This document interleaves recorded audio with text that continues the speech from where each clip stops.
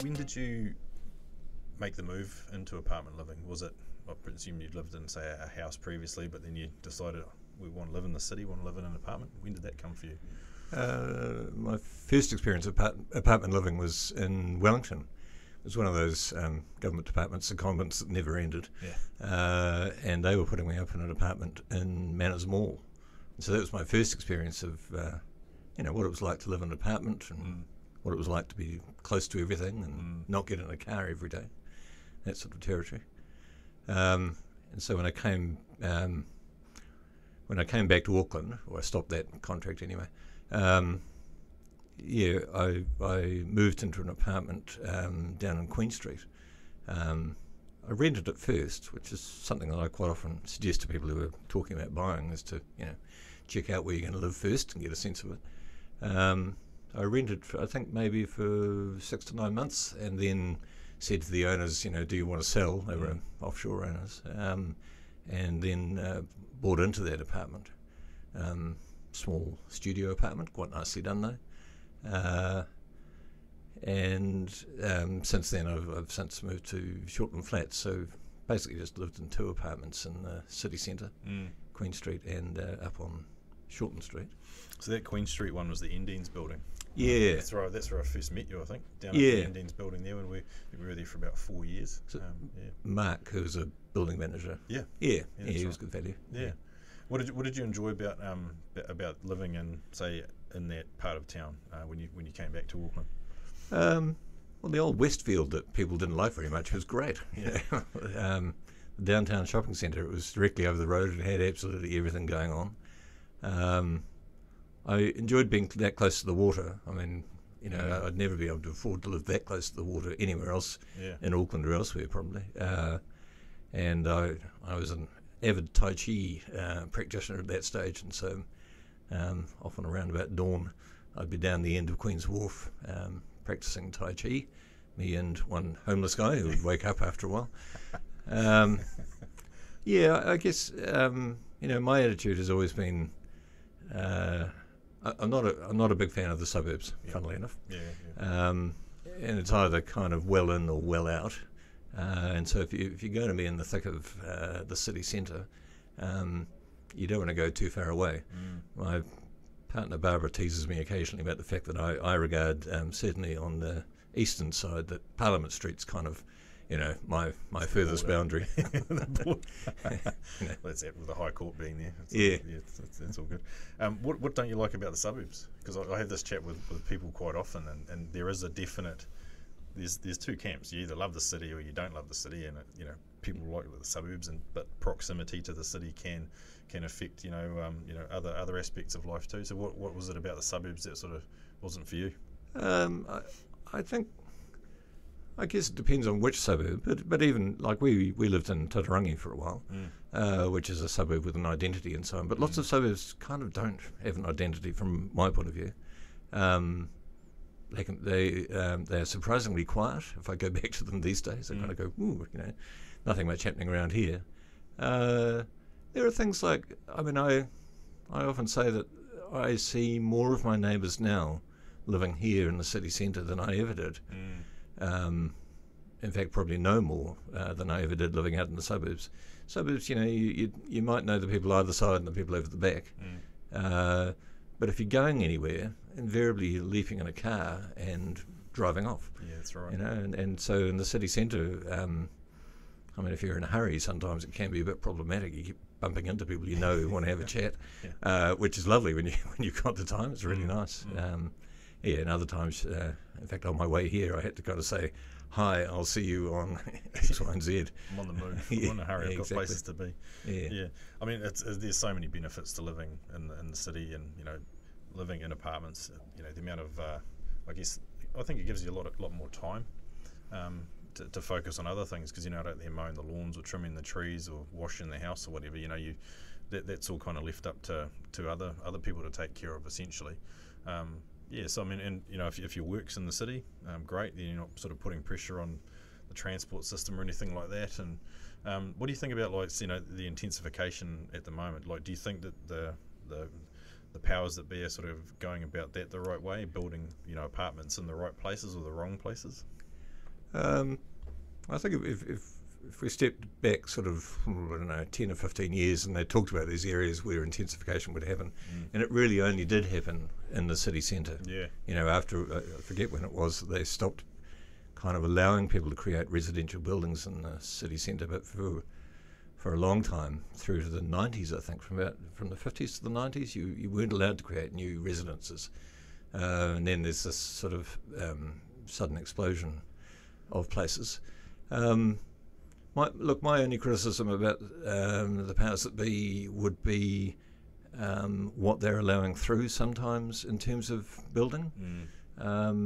I accept that developers have a need to get their money out of their square meterage, but I think what we're failing to do, particularly as someone who's been involved in community development here, is create the spaces that people need to connect. That whole territory of, people can get pretty isolated, despite the fact that we're living cheek to jowl. I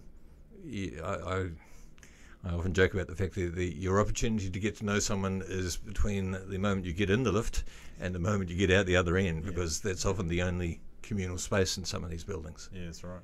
Yeah. And so that comment about shared spaces is interesting, because there's obviously the shared spaces can be within the building, or they can be outside the building, in the sort of the communal areas of the city. What do you think is more important? Like, do you think it's better for people to get to know their neighbours inside their building, or is it better for them to get to know their neighbours up and down the street? Or probably horses for courses. I know that in our current building, Shortland Flats, I had this conversation once with a long-time resident there when we were talking about, well, what is neighbourhood in the city centre? And his answer was, well, it was his building. And I think, there are parts of the city centre that have, I believe, have people living there for longer term. There are people who move in and actually make that conscious decision that the city centre is where I want to live long term. And so those areas tend to lend themselves to both within the building, building those relationships, and external within that sort of pocket of space. I guess I am largely talking about particularly over Emily Place up the Parliament Street, that sort of space there. There's I could be wrong, but my sense is there's a lot more permanent residential as opposed to just coming in and leaving again for the suburbs later on territory. That seems to be one of the, because that I found out years ago, but that's got a little name of its own. That's referred to as Eden Quarter. That particular area, it's like you got Emily Place, Parliament Street, Eden Crescent, top of Shortland Street, and that sort of thing. And it seems to be one of the original places where they thought, let's build apartment buildings, because you've got some really beautiful old apartment buildings on the corner of crikey, I can't remember the street now, but just up on the end of Parliament Street there, by the court. Parliament and Waterloo Quadrant. Yeah. And those seem to be the place that you're referring to, where the apartments are probably, they probably were a bit bigger, but can lend themselves to more sort of long-term living, not so much short-term in and out type thing. And it's funny. Well, I don't know if it's funny. It is now. Like those, we live in a heritage building. It was built as apartments or as flats. We jokingly talk about having a hallway, which can be quite unique. It's all of a couple of good strides, but nonetheless, and kind of has an entranceway into the flat.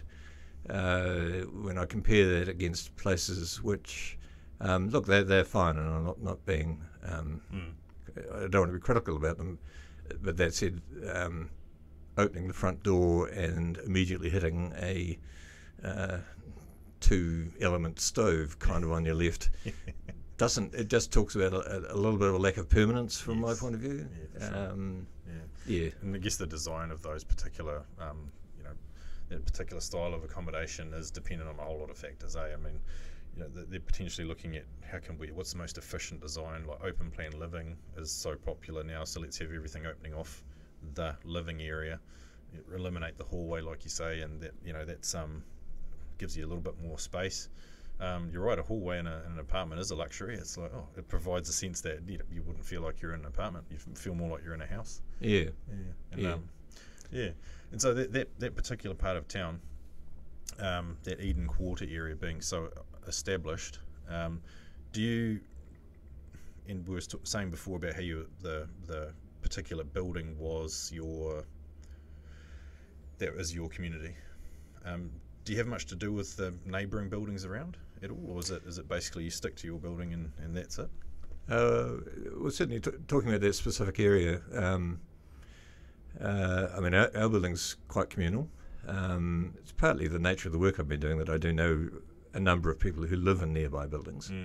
It's actually a relatively new community group, the Aiatanga Community Space in Emily Place, who are just kind of just starting to get into some really interesting neighbourhood work, using the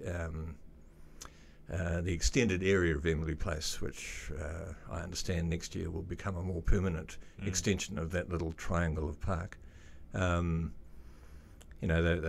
Neighbours' Day events, impromptu lunches, walks in the area, talking about their space and its availability to people. Because, the reality is that in almost all buildings, there is no communal space. I mean, there are exceptions. Westminster on Parliament Street, for example, has a communal area, albeit it's a bit sort of dark and so on. And so, those spaces like Emily Place and people to lead the community activation of them become really important at that point. That's the park you're talking about at the top of Emily Place, that triangular park with the beautiful big Pahuta kawas in it. Yep. Yeah, those trees are amazing, but I just got to try and figure out how to get them away from the footpath, because you're kind of having to dodge and weave when you walk through there now. And I love trees, don't get me wrong, but it's like, let's try and maybe make it easier for people to walk through there, because you do have to duck and weave a wee bit. So when did you become interested in the community aspect of inner city living? Because that's quite a big part of your life, eh? Yeah. Well, we probably moved into that Queen Street apartment around about 20 years ago. I'd originally trained as a social worker and had done a bit of community development work in Dunedin years before. I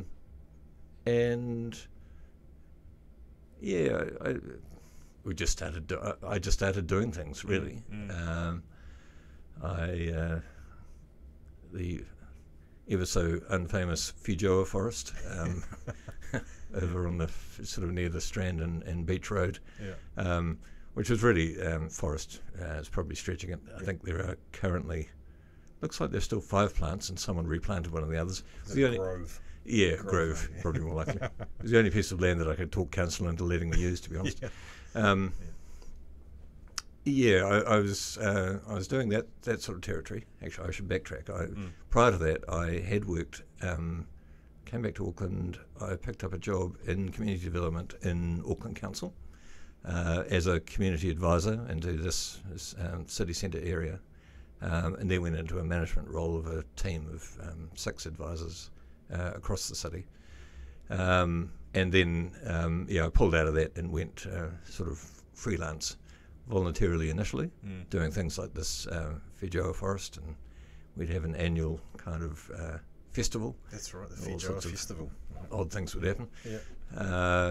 And at that stage, Methodist Mission Northern and a group called Splice kind of collared me and said, "Look, you're doing all this stuff.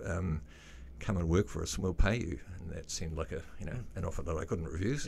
So I worked for them for about 3 years, and since then I've kind of been doing contracts here and there, some for council. Internal affairs have been paying a little bit of money here and there to kind of support the work that I've been doing. Yep. And so what's the is that position evolved? Like, could you see the city sort of evolving at the same time? Because 20 years in the CBD, it would have changed a heck of a lot. Did that change the type of work that you were either looking to do or looking to get engaged with?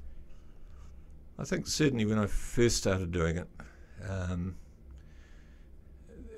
wasn't a lot of sort of social infrastructure to rely on. And in some ways there still isn't for the volume of people who are living here. I mean, the volumes kind of vary a bit now. I see sort of 40, 45,000 maybe in its heyday of the height of international students, somewhere even up to 60, 65. I think, some infrastructure, the commercial stuff, suddenly we've now got, in that 20 years, we've got, 4 supermarkets, three supermarkets, a couple of metros, a number of dairies that kind of opened up. Things that were clearly servicing locals as much as they were servicing people coming in to work or study or play. Other things came along. The Ellen Melville Centre on Froberg Square on High Street finally opened as theoretically as a community centre. I personally would like to see them responding more to their immediate community. It's a great spot, it's a great spot for events, and can get a little captured in that sense. But nonetheless, it's there and it's operating, and it's good. And a quiet sort of sense from a lot of the players in the city centre that actually kind of moved from people saying, oh yeah, there's a lot of people living here, to, and how do we work with them? What do they need? What's actually happening with that community? For a long time, it just felt like we know the residents are there, but that we would kind of stop at that point. Yeah. And I think we've moved on slightly from that. I mean, it's part of a bigger picture, I think, of the department living is still reasonably new for New Zealand as a country. There's a lot of maturing, I think, to be done in a way that, if you go to most places in Europe, big cities in Europe, well used to apartment living and what it means to be living somewhat communally, inevitably, because you're all under the same roof at the end of the day. Yeah, I love the way that Barcelona's been designed as a city, and you look at a Google map or a satellite image of it, and it's all these huge squares, and those squares are made up of like 4-sided buildings with big sort of communal squares in the middle, and they're, like I say, they take up a whole block, it's 100 metres by 100 metres. They're massive buildings, but it just creates and every block is different, and to me that's what sort of creates that community vibe. If you can't have too much of the same sort of thing, if it's all different, then it'll kind of naturally interact in its own way in that. But how do you actually define, like, who do you think's responsible for community, essentially? Is it just the people, or do you think does it need a push from the council to actually make it happen? I think it's probably both, to be honest. I think there are always going to be certain people in a community who kind of stand up and show leadership and are interested and engaged in various ways.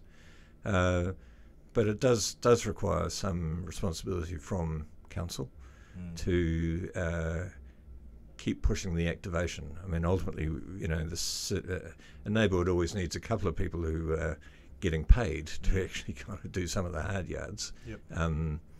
That often the community can be happy to do, but would prefer not to, even if it's only in some sort of supportive role. I mean, one of the contracts that I've given up recently was running the City Centre Network, which was really a monthly gathering of all the NGOs, all the players in the city centre, council, local board members, CAB, the churches, all the groups and anyone who, some who are located here and some coming from the outside, Ministry of Education, Age Concern, all those people coming together to ensure that they were aware of each other, knowing what each other were doing, and somewhat imbuing them with the understanding of who's here and how are they responding.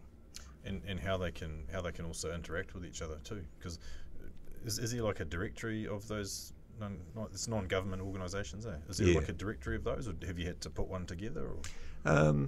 I don't know that there is one, to be honest, and that's partly because the actual individuals in those roles can turn over quite quickly. There probably is a directory somewhere, but nothing specific here. It's interesting when you talk about community, and you always get there's always a couple of people that will be driving an initiative or something, and it's like at a school, there's always people that are willing to help out with the school fair and the sausage sizzle or the barbecues or whatever. But it sounds like that's becoming like tougher and tougher to find people now, because everyone's strapped for time. The attitude might be changing, where they think, oh, my time's more valuable, get someone else to do it or pay someone to do it. What sort of impact do you think that has on either on the city or just on that community in general, do you think? Yeah, well, the less people putting their hands up, the less the weave of the fabric, I guess, gets a bit stretched and thin and so on. I mean, it's understandable, it's not an easy time at the moment, and so and COVID certainly didn't help things along the way. But yeah, it is important. Even if you're not putting your hand up to be an immediate doer or instigator and so on, just coming and attending and being part of and being open to that sense of actually, there are people here I could meet with whom I'm connected because I live in the same space. It's interesting, the market that Anthony Phillips and I ran on Saturday mornings did become, we had two intents behind it. One was to bring fresh produce into the city, albeit that down at Britomart they were doing that, but also to create a space where people could meet, to kind of respond to that territory of, well, if we can't meet inside our buildings, where else can we do it? And so doing it on Freiburg Square with the Ellen Melville Centre there, and when we finally pulled the pin, and there was a hiatus between it starting up again, constantly running into people saying, I haven't seen you for ages. I kind of miss that weekly contact and so on. So the desire's there. It's just a matter of putting together those vehicles to pull people together. Do you think that the council needs to be more supportive in that regard then? Well, look, they certainly could be. I'm aware that we're right in the middle of the budget rounds, and we all know what Wayne Brown's saying. Do we want golf courses or do we want community and arts and so on, that sort of territory? Look, I think council tries to do what it can do. I think the likes of the Methodist Mission Northern, the Ayatunga Community Space. Who else can I think of? There are plenty of others out. Well, plenty. There are others out there working towards community. But it requires an effort from everybody at the end of the day. Even within the buildings, if I think about you guys active, that important role that a building manager plays within a building in terms of the building manager is the guy who generally knows everybody, and has the potential to be a real linchpin in terms of building those connections. I don't think you get paid for that, that aspect of it. But when you've got good people, they'll do it. That was my experience of certainly Mark down at Deans. Yeah, and it's that whole community mindedness. I think if you come from a background, or if you grew up with the community at heart, or had some involvement, or your parents were involved, then you're more than likely to do it yourself. And you get, because a lot of people nowadays tend to be either a bit standoffish or quite shy, and they don't really want to put themselves forward because they might fail, or something might happen and might embarrass them, whatever. And it's like back when I was growing up, everyone just did everything, and kids sort of stood around and watched and learned, and then you take that forward yourself. But the building manager role is interesting because it's becoming more of a there is more focus on us having that involvement either with that community in that building, or trying to bring in outside groups, or vice versa, to integrate that building and those people into the surrounding community. So saying yesterday, I had a chat yesterday with one of your colleagues, and we talked about exactly that. And that whole in America, it's quite advanced, where they have companies that essentially are like a building manager, but they're there just to engage with residents in the building. And I thought, man, that's actually that'd be an amazing position for someone to do. And I was sort of thinking, gee, how could we do this? And could we employ someone that was purely about going to each building and starting up, or not starting, but supporting community things and integration in that. Who knows, we might do it. I mean, it'd be a cool job for someone to do, I'm sure. Yeah. But it's, what I was going back to before about, I just hope people don't get too busy or, sort of don't lose that ability to be part of their community, because it could be all over in a generation. Everyone's bloody doing this, and rather than sort of looking out and seeing who else is out there and helping each other. I think it's also that territory of, I mean, we come together when there's a disaster, like when things are really bad. We're not very good at coming together when we just want to have fun and be connected and so on. And what we miss out on in that process is, in terms of buildings, a better living space, a place that's, looked after better, relationships, so that when someone, does inadvertently have the stereo up too loud, it's no big issue because the relationship's already there. Someone can knock on the door, hey, and it's kind of those disputes that can occur as a matter of kind of living close to each other are much more readily resolved in buildings where there are connections and people who know each other and that sort of territory. In some of our bigger buildings, people will approach us, whereas say if they lived in the suburbs, they would just lean over the fence and say, hey mate, could you keep it down? But they'll come to us and say, that person up there is making a bloody noise, and it's like, well, if you can go up there, just maybe, how about you knock on their door and just say, excuse me, rather than having an intermediary being us. Like, we're not exactly noise control in these buildings, but we do get tasked with those sorts of responsibilities at times, and it's like, back when we were growing up, I think you would have just leaned over the fence and say, hey mate, keep it down, and it would have been problem solved. Not anymore. I'm in the process of, a group is pulling together a book for our buildings. We're turning 100 this year. Wow. And I went back through great rafts of letters and notes from one,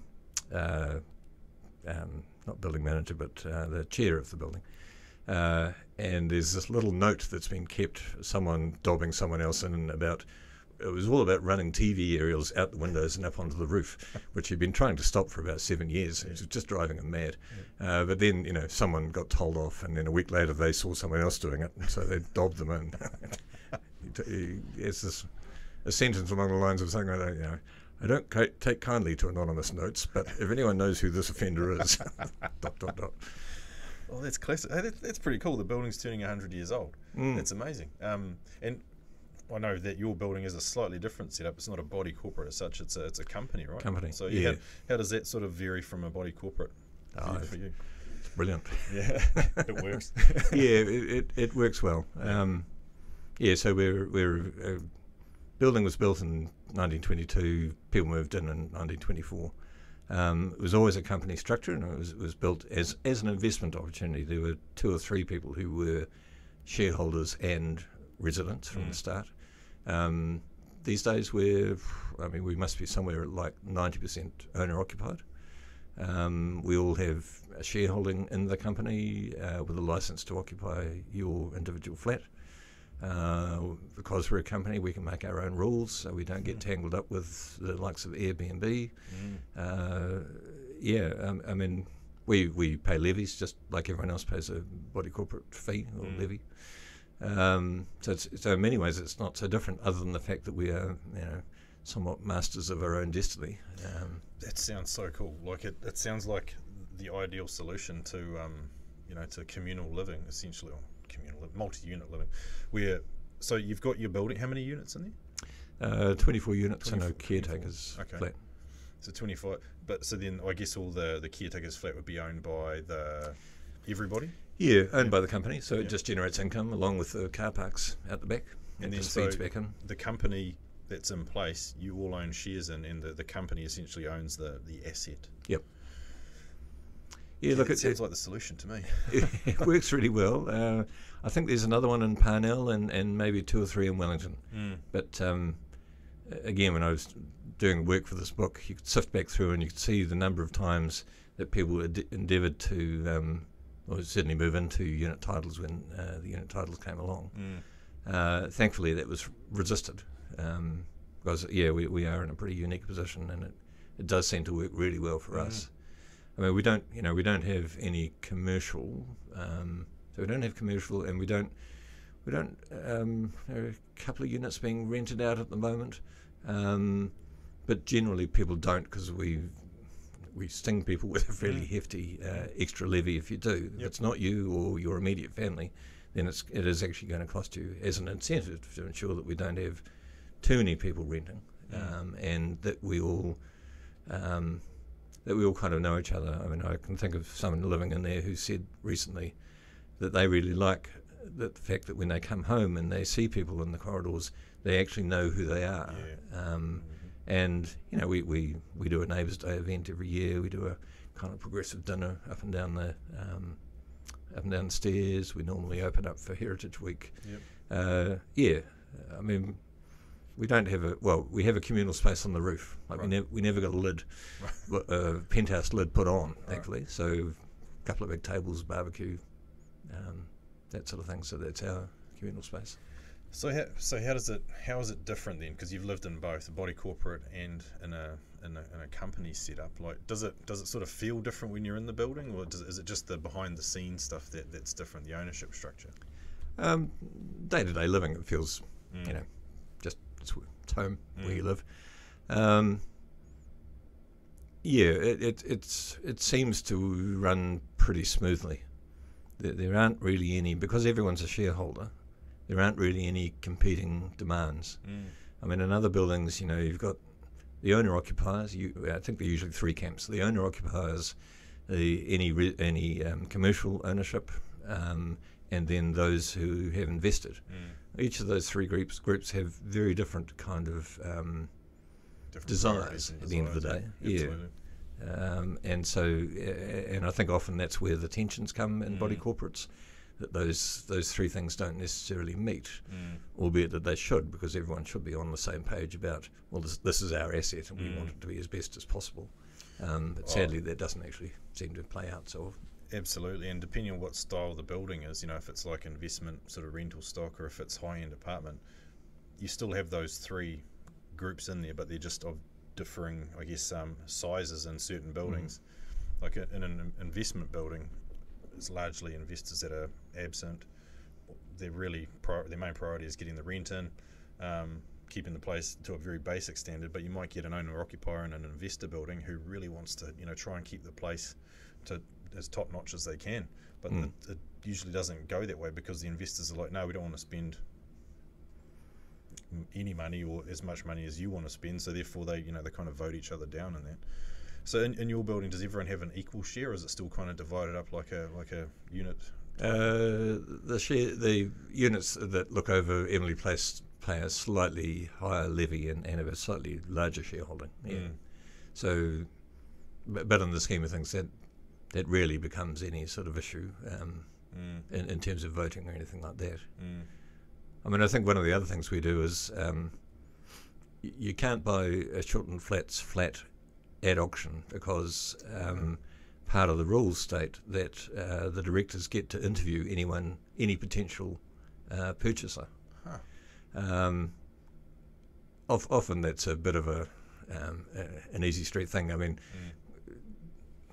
quite often people hear that other people are looking. That's certainly how we came into the building. Friends who were already in there said, "Oh, you're looking for an apartment? Come and see our place." We were. I was sold on it as soon as I saw the communal DVD library down below in the basement. I thought, okay, this is a place that works together. Yeah, brilliant. And so our interview was a little perfunctory. But it's another space where there's often a connection. As someone new comes into the building, there can often be an existing connection with someone else already in there. And so that sort of quietly... again, that fabric kind of idea that creates those connections as people come in the door. make it easier to move in because you already kind of know someone, and they'll help introduce you and help settle you into the building. Yeah. Because that's one of the things we were talking about yesterday around,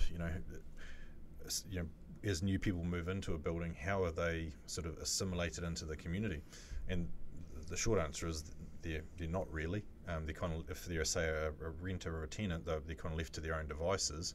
They'll contact us if they need something, but there's no real, hey, welcome to the building, here's so-and-so and so-and-so. They'll help you out like they do in uni halls where they have an RA, like that sort of thing. And that's a bit sad. I mean, and that's one of the, what sort of intrigued me about that potential role. Having that role where, you have someone that actually welcomes people into the building and makes them feel at home straight away.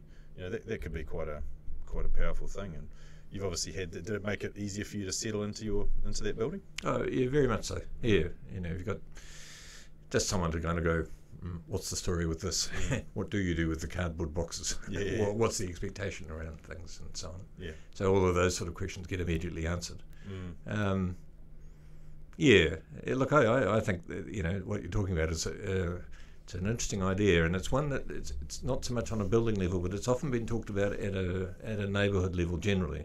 A sort of, is it a welcome to the neighbourhood pack that kind of explains a whole lot of things and talks about body corps and that sort of territory, and gives you a sense of what's available at a neighbourhood level in the city centre. Because I think, it is a space that residents here share. Obviously, it's, I refrain from using the word CBD because, business district doesn't really cut it for those who live here. What do you call it? I call it city centre, and that's partly the council have adopted that as opposed to central city, which would include Ponsonby and those other slightly semi-rural pastures out there. City fringe, rural. A welcome pack of some sort that would kind of give a sense of what's available. Sorry, I lost my train of thought. But what I was thinking about was there's an awful lot that goes on in the city centre.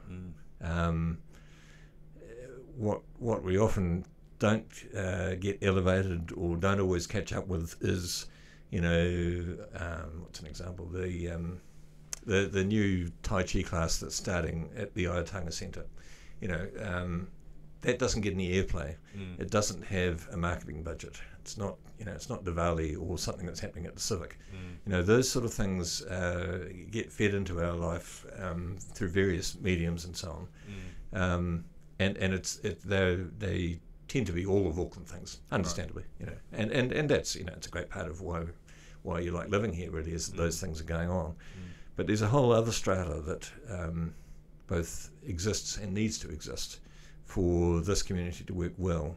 People living in small apartments have to be able to get out and do things and be places and have those bumping spaces and so on. Kind of talking a little bit about that before. And so that's where a lot of this sort of neighbourhood level activity becomes even more important than it might if it was in the suburbs. I mean, people in the suburbs go and do Tai Chi as well, obviously. But there's an added importance, I think, for people living in smaller spaces to be able to get out and spread their wings a bit. I was going to say, do you think it's easy to create that sense of community in the city centre, learning, or in the suburbs? Like, do you think, is there a difference there? Ooh, it's a tough question. As someone who's been doing it for 20 years, I'd say it's pretty damn hard. Yeah, true. Yeah. Look, it should be easy, because it's such because we're a walking community, so everyone's out there on the street, kind of knocking around. It's an intense kind of geographic space, so it's not like anyone has to walk terribly far to get to whatever it is activity they want to do. Having those activities and actions and possibilities available is probably more the issue. And I just, in the suburbs, I mean, I talked about Tatarangi earlier. That's a suburb that I can think of that kind of has an identity. Has an identity, has its own little newspaper, which is always a bit of a flag to say this place is kind of connected. but I'd be hard pressed to talk about too many more. Ponsonby maybe, Ponsonby News, I guess. Yep. So I think, it's always been my contention that the city centre is great. We walk everywhere. It's geographically located close. We are all living close to each other. We do need to get out and about, and it is in many ways full of resource. It's one of the reasons I like living in the city centre. Is I'll just digress for a second. Many years ago, I was at one of those performance things where I've forgotten the name of it, where you put up a suggestion and the actors then play it out. Oh, impromptu sort of improvisation? Something other theatre, yeah. Yep. And I remember saying, well, this must have been in the 80s maybe, saying, tell me, could you act out what it would be like to be on a Zimmer frame going up Queen Street on a Friday night? Because even at that stage, I was already thinking, as you get older, actually, the city centre is a really good place to retire. Everything's so handy. Everything's so handy. Lifts, escalators, throughways. It's not in many ways, it's not a hard place to live. Although, recent letters to the editor and Facebook comments would tell you otherwise. But it's really not that hard to live here. Convenient. That'll be a very interesting sentence to type into one of these new artificial intelligence artwork generators. You could literally tell it that going up a Zimmer frame on Queen Street on a Friday night, and it'll generate you an image about what that will look like. It's such a there's. I dare say COVID has kind of stamped out a fair bit of the progress that had been made. What's your thoughts on how does the city and the community, the central city community, recover from that whole COVID time frame? Because that's community is about bringing people together, and we were very much sort of separated to deal with COVID. So how does it recover? I'm not sure how to answer that necessarily, Brody. It was certainly a knock, a good 24 months knock, and an awful lot of emergency housing came in, and I don't want to be down on people who require that housing. It's good that they're housed. A small percentage of them brought with them behaviours that probably meant that they needed that housing, unfortunately, and that needed to get there's a real settling in period there. I think it's really just a matter of people picking up again now and getting on with it, getting back into the swing, and it does feel like that out there now. Sometimes it's just the presence of enough people on the street. When COVID was on, it was either deathly quiet or someone was yelling really loudly unnecessarily. Which kind of freaked some people out. But now that for all that I'm not a huge fan of the cruise industry, I like their money, like everybody else. I'm less keen on their ships that come in and pump heavy particulates through the air. They should all be plugging into the mains, but they're not. But when a ship's in, the place is livelier and it's fuller. Students are coming back. Same deal. A lot more young people around. And so, it's feeling like a vibrant city again from my point of view. A lot of people outside the neighbourhood talking about how difficult it is to drive in Queen Street. It's kind of like, well, don't drive. Don't drive in Queen Street. Don't expect to park outside Smith and Coe's. You haven't been able to do that since the 70s anyway. And I'd love it if they actually just decided to close off, say that that lower third of Queen Street. Just have it as a people mall, so we can walk all over it, and they have markets down the middle and all sorts of stuff. And I think that they need to make a call like that, and don't try and do. If you're narrowing it down, I understand they're trying to, there's a certain ideal behind that, but just make a decision, close some of it, keep the rest of it open. It doesn't need to be a thoroughfare anymore. It can just be part of a sort of a diverting traffic system or whatever. I think it'd be fantastic. I think that plan of basically, if you want to come into the city, you're coming into a certain part of it. You're coming in at that part and you're leaving in the same way that you came in, and you're otherwise going around. It's just silly to drive in at the moment. What's your ideal? So if you could sort of design your ideal community, how do you think that would look? if you just could do whatever you like to see the community sort of be as you think it should be. Not from a dictatorial point of view, but from just from an idealistic point of view. Oh, come on. An ideal community here in the city centre. My mind goes a little bit to, I would like to see a greater integration between sort of the business and the residential community. I think it's there by dint of the fact that residents are out there buying all the time. And I know that Heart of the City, for example, the main business association, and K Road as well, are cognizant and aware and supportive of residential activity. So a greater connection there. I'd like to see the community centre really kick on, and from my point of view, have a greater focus on the local community. It's a great space, and it just needs a bit more sort of lower scale community activity in there, which I, given them their due, it's tricky. They've been trying. I would, a lot of us would like to see a school. There's this constant sort of flow out of young families, which when you don't have a full cross sector of people living in a neighbourhood, you kind of lose a bit in that. We're lucky we've got a soon to be 5-year-old on Tuesday, I think, and probably a 1-year-old living across the hallway from us, and so we get that kid kind of contact, which is lovely. But we don't see much of that, and I think indicators of neighbourhoods that are welcoming of families, and are safe for women, are going to be communities and spaces that work well.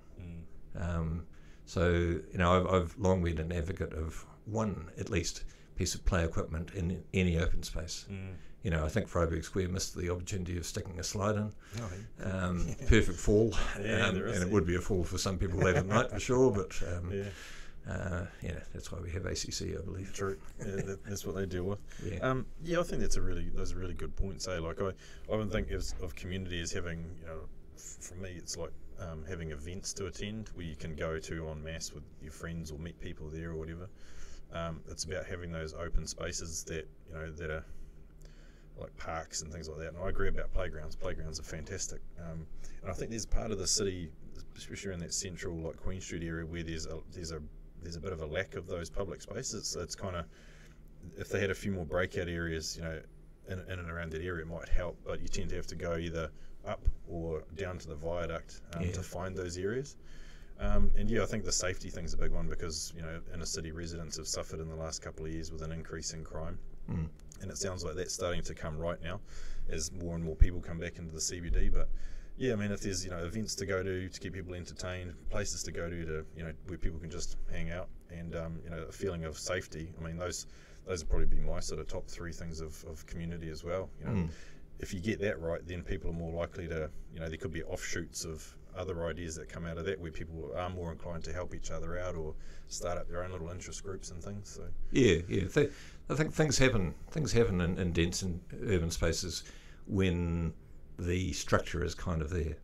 Like I think about the Wynyard Quarter, something of a blank slate as old infrastructure gets taken out and new gets put in. There's some really nice areas down there. There's some nice little playgrounds just sort of dotted around. They're going to have the big Wynyard Point Park eventually, so a nice big open space. Whereas kind of back into the older parts of the city centre, we're kind of retrofitting really.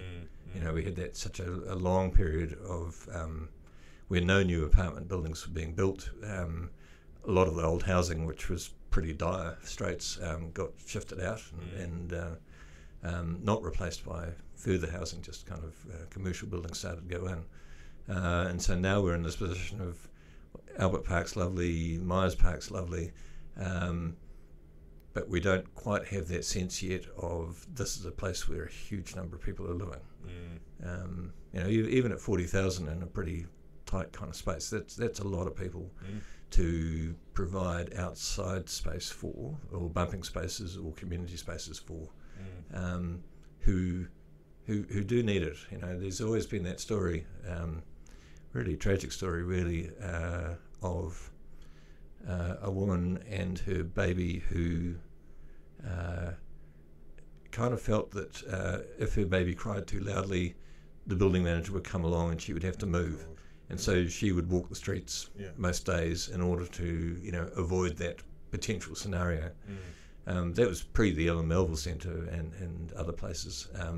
But that's the kind of, that's a really extreme, perhaps relatively extreme end of why it's important in apartment living to have these outside spaces.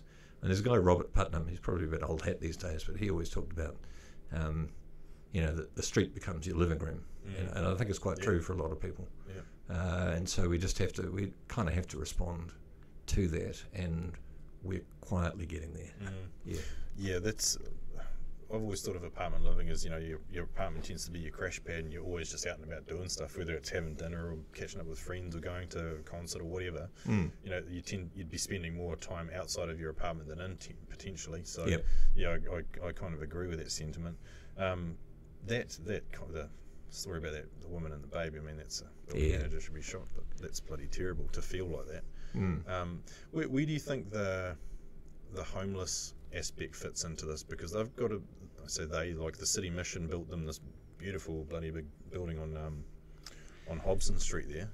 And now there seems to be more homeless people out on the street. It's like maybe they don't want to be there. Oh, tough times. I think we'll see more. You know, the economy's you know, dealing with the wage subsidy territory, and so we're going to have to pay for that now, which, you know, just how it is.